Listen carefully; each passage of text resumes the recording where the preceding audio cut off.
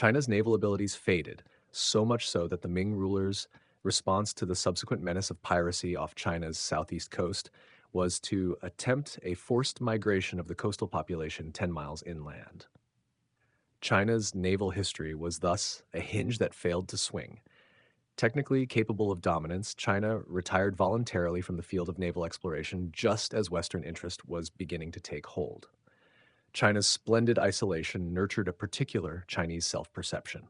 Chinese elites grew accustomed to the notion that China was unique, not just a great civilization among others, but civilization itself. A British translator wrote in 1850, "An intelligent European, accustomed to reflect on the state of a number of countries enjoying a variety of different advantages, and laboring each under peculiar disadvantages, could, by a few well-directed questions, and from very little data, form a tolerably correct notion of the state of a people hitherto unknown to him. But it would be a great error to suppose that this is the case with the Chinese. Their exclusion of foreigners and confinement to their own country has, by depriving them of all opportunities of making comparisons, sadly circumscribed their ideas. They are thus totally unable to free themselves from the dominion of association and judge everything by rules of purely Chinese convention." China knew, of course, of different societies around its periphery in Korea, Vietnam, Thailand, and Burma, but in the Chinese perception, China was considered the center of the world, the Middle Kingdom, and other societies were assessed as gradations from it. As the Chinese saw it, a host of lesser states that imbibed Chinese culture and paid tribute to China constituted the natural order of the universe. The borders between China and the surrounding peoples were not so much political and territorial demarcations as cultural differentiations.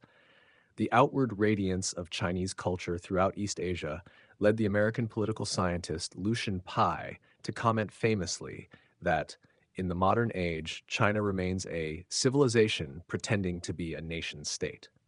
The pretensions underlying this traditional Chinese world order endured well into the modern era. As late as 1863, China's emperor, himself a member of a foreign Manchu dynasty that had conquered China 2 centuries earlier, dispatched a letter informing Abraham Lincoln of China's commitment to good relations with the United States. The emperor based his communication on the grandiloquent assurance that, having with reverence received the commission from heaven to rule the universe, we regard both the Middle Empire, China, and the outside countries as constituting one family without any distinction. When the letter was dispatched, China had already lost 2 wars with the Western powers, which were busy staking out spheres of interest in Chinese territory. The emperor seems to have treated these catastrophes as similar to other barbarian invasions that were overcome, in the end, by China's endurance and superior culture. For most of history, there was, in fact, nothing particularly fanciful about Chinese claims.